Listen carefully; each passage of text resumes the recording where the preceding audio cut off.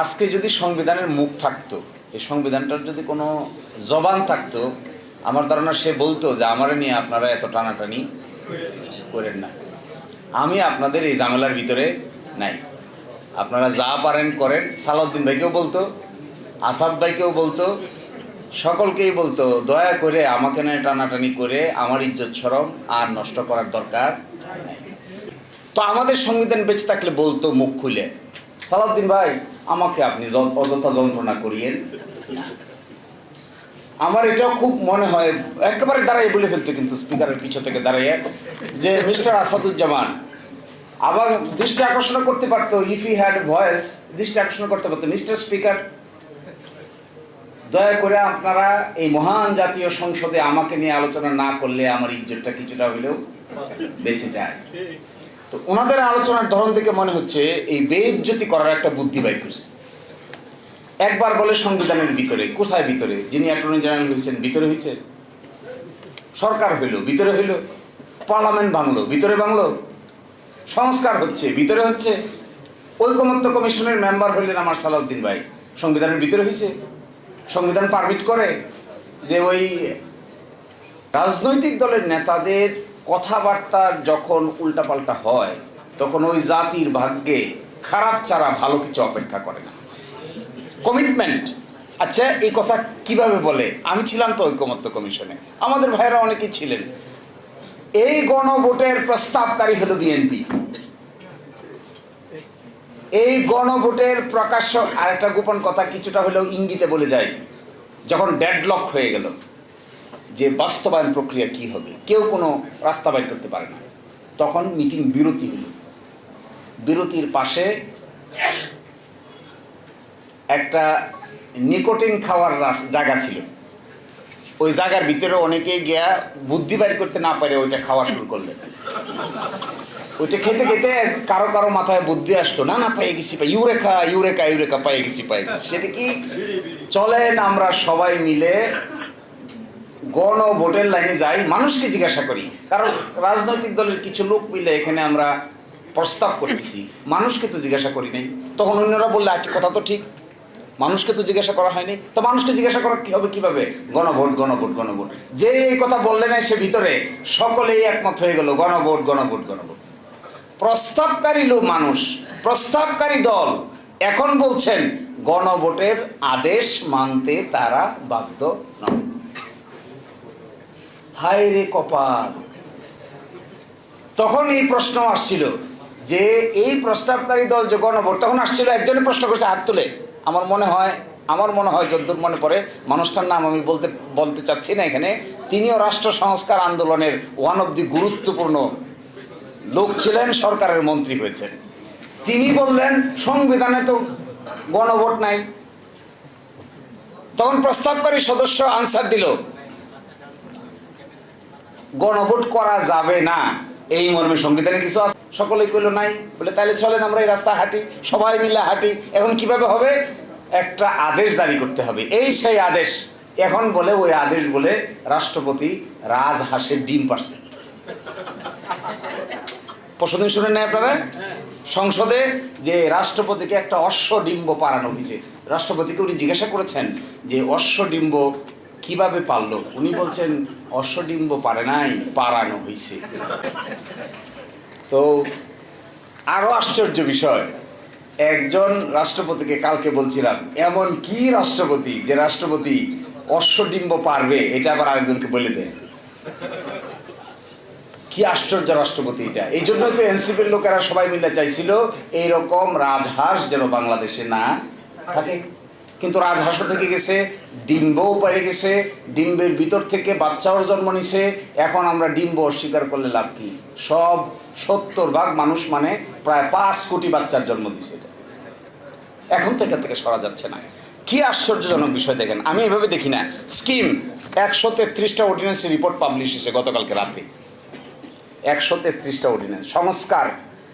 সংস্কারের 2 ভাগ দেখেন, একটা হলো সাংবিধানিক সংস্কার, এখানে আছে 47টা, আর একটা আছে সংবিধানের বাইরে অধ্যাদেশ আদেশ রেগুলেশন করে করা যাবে, এরকম আছে 37টা। সব মিলে হলো 84টা।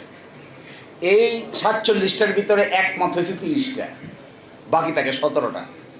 আর এখানে 37টার ভিতরে কাজ করতে গিয়ে সরকার জারি করছে 133টা।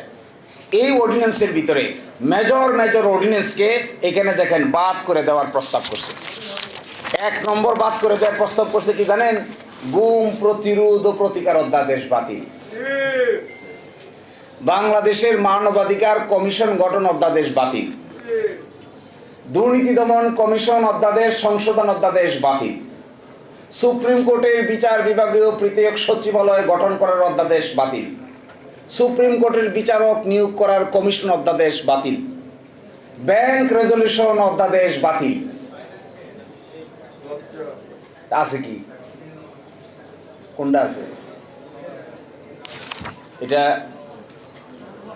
একটা অ্যাড আছে না টেলিভিশনে, দেখবেন ককরোচ দিয়ে না কি দিনে নকআউট, দেখছেন? এটা তেলাপোকা মারে, যে তেলাপোকা। আপনি আমাদের এখানে যে এরোসল আছে, যেখানে বেশি তেলাপোকা আছে এরোসল মারবেন, একটা এরোসল আর এক মারার পরে দেখবেন একটা তেলাপোকা আর একটা তেলাপোকার গলায় ধরে কান্দে। দুইটাই মৃত্যুপথ যাত্রী। একটা জিজ্ঞাসা করে আপনি কবে মরবেন, সে বলে আমি এখনই মরবো, আর একটা বলে আমার নিয়ে যাই। এইটা দেখে, এই প্রস্তাবগুলো দেখে আমার কাছে মনে হয়েছে জগতের মানুষ আমাদের দিকে তাকায় মনে করতেছে সরকারি দল বিরোধী দল সবই তো মরবে দেখি, এটা তো মরার বুদ্ধি। আচ্ছা বলেন, গুম প্রতিরোধ প্রতিকার অধ্যাদেশ বাতিল করার কি কারণ থাকতে পারে? একমাত্র ডিজিএফআই শাটারিং ছাড়া আমি তো আর কিছু দেখি না। ডিজিএফআই আপত্তি ছাড়া, এসবিএনএসআর আপত্তি ছাড়া এই আয়নাগর তৈরি করার মূল কারিগর ডিজিএফআই। এই ডিজিএফআই আপত্তি ছাড়া শহীদুল আলম ভাইকে নিয়ে ধৈর্য মাইরিয়া পিটাইয়া কেন এই কথা বললো, কেন ওই কথা বললো না, কেন পক্ষে বিপক্ষে এই কথা বললো, অমুকরে মতামত দিল, এই জন্য শহীদুল আলম ভাই কই ছিল আমরা সবাই জানি। তো তাদের আপত্তি ছাড়া গুম এবং খুন পাশ করার আপত্তি কি ভদ্রলোকের থাকতে পারে? তো গুম চাই আমরা? আমার তো মনে হয় না আপনারা কেউ গুমের পক্ষে। তো এটা কেন বাদ দিতে হবে? মানবাধিকার কমিশন অধ্যাদেশ কেন বাদ দিতে হবে? মানবাধিকার কমিশনের যিনি চেয়ারম্যান বলা হয়েছে তাকে যে অ্যাপয়েন্টমেন্ট দেওয়া হবে, এটা হবে একটা সার্চ কমিটির মাধ্যমে। প্রাইম মিনিস্টার চাইলেই নিয়োগ দিতে পারবে না, চাইলে বাদও দিতে পারবে না। বাদ দিতে গেলে একটা সুপ্রিম জুডিশিয়াল কাউন্সিলের সিস্টেম করে বাদ দিতে হবে। আবার মানবাধিকার কমিশনের চেয়ারম্যানকে পাওয়ার দেওয়া হচ্ছে, তারা সো মোটো তদন্ত করতে পারবে, ইভেন কোন আইন শৃঙ্খলা বাহিনীর লোকেরা যদি জড়িত থাকে তাকে অ্যারেস্টও করতে পারবে। এই অধ্যাদেশটা বাদ করার কি কারণ থাকতে পারে? তার মানে কি তদন্ত কেউ করবে না? পাশে দেখবেন কমেন্টে লিখছে বাদ দেওয়ার পিছনে মূল কারণ হলো, এটা পড়লে আপনারা সবাই গলাগলি করে হাসবেন, যেহেতু সরকারের সংবেদনশীল আইন শৃঙ্খলা বাহিনীর সদস্যরা এই অপরাধের সঙ্গে জড়িত থাকতে পারে, এই জন্য মানবাধিকার কমিশন আর গুম প্রতিরোধ অধ্যাদেশ বাতিল। তো গুম তো করবে কে? গুম তো আইন শৃঙ্খলা বাহিনীর লোকেরাই করে নাকি?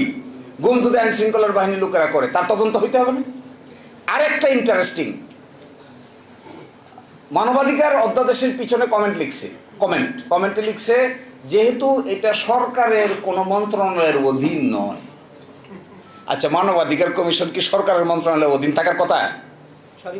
ও আশ্চর্য ব্যাপার, এটা স্বাধীন, তদন্ত করবে স্বাধীনভাবে, নয় এজন্য বাতিল। দেখেন, সুপ্রিম জুডিশিয়াল পৃথক বিচার বিভাগীয় সচিবালয়ের পাশে কমেন্ট লিখছে কি?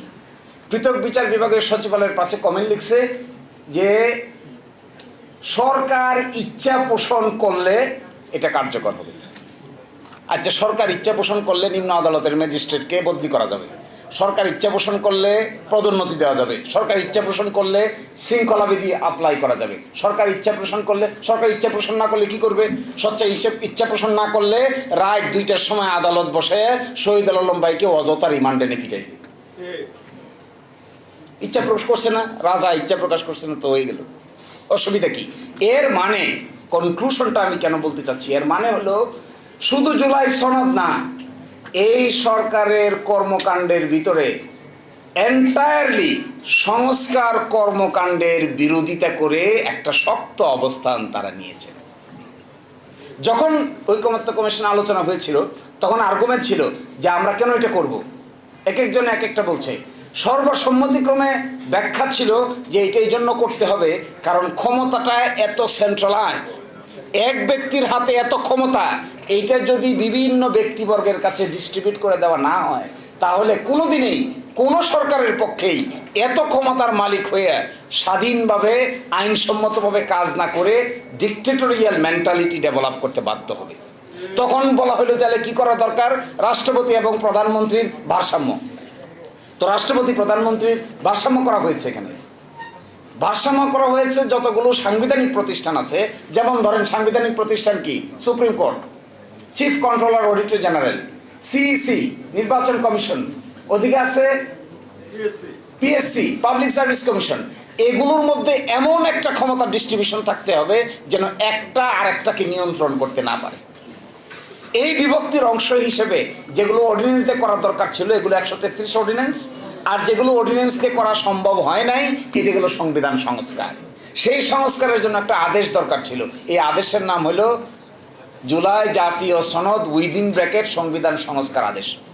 এখন ওনারা বলছেন এটা অসাংবিধানিক, তাহলে কোনটা সাংবিধানিক? বিরাট প্রশ্ন।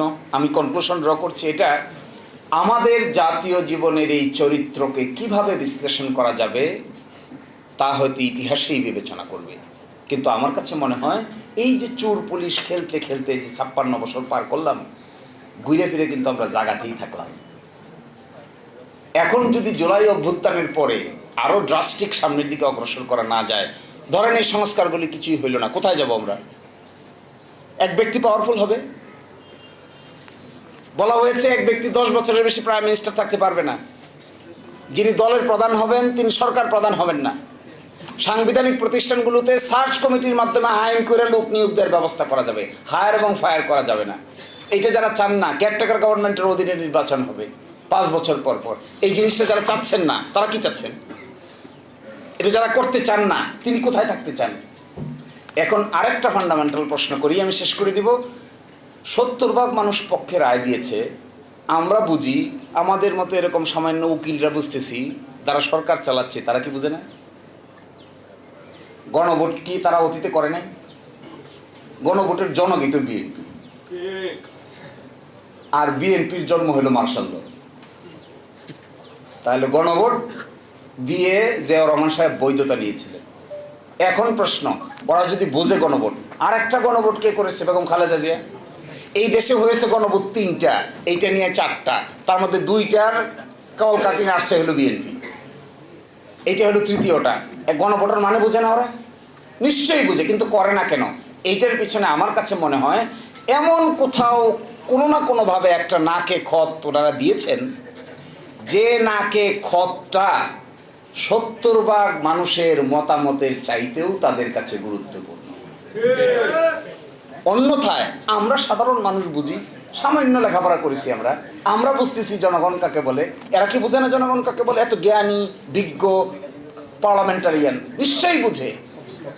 এই জায়গায় দেখবেন পার্লামেন্টের ভিতরে গিয়ে হবস বলে, লক্স বলে এবং রুশুর কথা বলে, প্লাস বলে হলো সোশ্যাল কন্ট্রাক্ট থিওরির কথা বলে। তার মানে কি ওনারা বেশি লেখাপড়া জানেন? ওনারা হবসও জানেন, ওনারা লক্সও জানেন, ওনারা রুশোও জানেন, ওনারা কিভাবে জুলাই সনদকে ব্যাখ্যা করতে হবে এটাও জানেন, গণভোটকে কিভাবে ব্যাখ্যা করতে হবে এটাও জানেন, জনগণের সার্বভৌম ক্ষমতা কিভাবে প্রকাশ হয় এটাও জানেন, নিশ্চয়ই সব কিছু জানেন। জানা সত্ত্বেও যখন একই কথা বলেন তখন একটা সন্দেহের উদ্রেক হয়। এই সন্দেহটার নাম হলো নিশ্চয়ই ক্ষমতার প্রক্রিয়াটাকে কোনো না কোনোভাবে স্মুথ করার জন্য এমন কিছু জিনিসের কাছে দায়বদ্ধ আছেন, যে দায়বদ্ধতা বাংলাদেশের 18 কোটি মানুষের কল্যাণের চাইতেও অধিকতর তাদের জন্য কল্যাণকর।